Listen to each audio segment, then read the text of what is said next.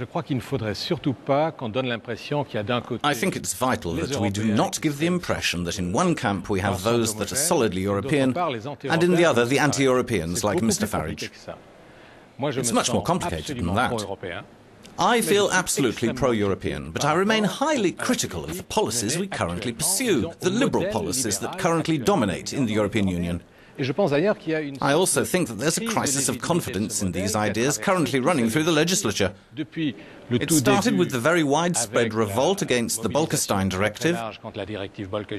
Then there were the three no's to the Constitutional and Lisbon treaties, followed by the uproar at the Court of Justice's rulings that justified social dumping and limited trade union rights, which sparked fierce opposition amongst their members.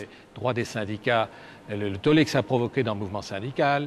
there were flashpoints in society, the most emblematic being the dispute at Renault-Dacia in Romania, if you remember. For 5 weeks, 10,000 workers campaigned against the low-cost vision of Europe, or in other words, the liberal model of enlargement. So I think there's a divide between pro- and anti-Europeans, but within the pro-European camp there are many different opinions about which way we want the EU to go. We have established, and I'm proud of it, a very good social welfare state in the European Union. But what we have to recognise, and this has become increasingly apparent over the last 10, 15 years, is that we live in a world in which the economy, the contours of the global economy are drawn in the computer campuses of West Coast of America, in the coal centres of India, in the factories of China. And unless Europe is competitive in that world, then we've no chance of offering our citizens the standard of living that they rightly seek. And that means being competitive means a number of reforms, some of which the Socialists have opposed, reforms such as greater investment in research and technology, reforms such as deregulation of some of our labour market laws, reforms such as greater chance in the economy for entrepreneurs. Madame Muscardini, a moment ago you wanted to say something. Je pense qu'on doit être très clair.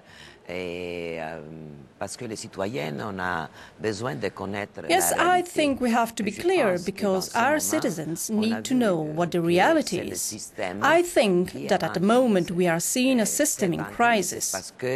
On n'a pas eu la capacité à niveau mondial d'être capable de... It's in this mess because we haven't been able at a world level to forge new rules for globalization.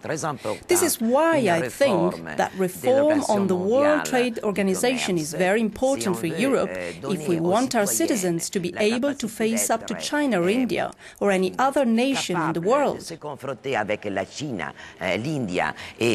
Les autres nations du monde, on doit donner des règles qu'ils soient conviviales. We have to set rules that are shared and respected by everyone, combined with sanctions for those who practice dumping. If we don't, our economy won't be able to compete. De se rapporter à les autres économies. Une économie sociale de marché. We need a social market economy. I think that's what's important. What we need if Europe is to exist and flourish. There are a certain number of things we cannot deal with without a European context. We've seen that with energy and the climate. All the big issues are European ones. The economic crisis is a European issue that no one nation, even England, can manage alone. So we need a strong Europe, and in this strong Europe we need a social market economy. We will never be able to manage differences between members that are too great, so we need an economy that works and a jobs market that works. Then we can have social policies. Monica Frassoni, you have 30 seconds to have the final word. I don't know what I can do in 30 seconds, but I'll answer like the others have done. We have to be very clear that in this legislature, all the proposals on market regulation, on financial regulation, on making investments in green innovations for the future, in speeding up action against climate change and quantifying the changes, all this has been done. But then, they haven't been adopted by the Council or Commission. So I think one of the reasons so many citizens are sceptical about the EU is that for years Europe hasn't been seen as a body that provides positive answers. Even if the proposals and we have been up to the tasks and we have been at the forefront of policy making. So to say now that we need to draw up new rules is correct, yes, but we have already said that. What we have thrown at us was yes, but the market will manage all this. So I think a little bit of distinctions has to be drawn between those who are wrong and who today should admit it, and those who are right who want regulation as a top priority. Merci beaucoup. Donc on peut arrêter ici cette première tranche.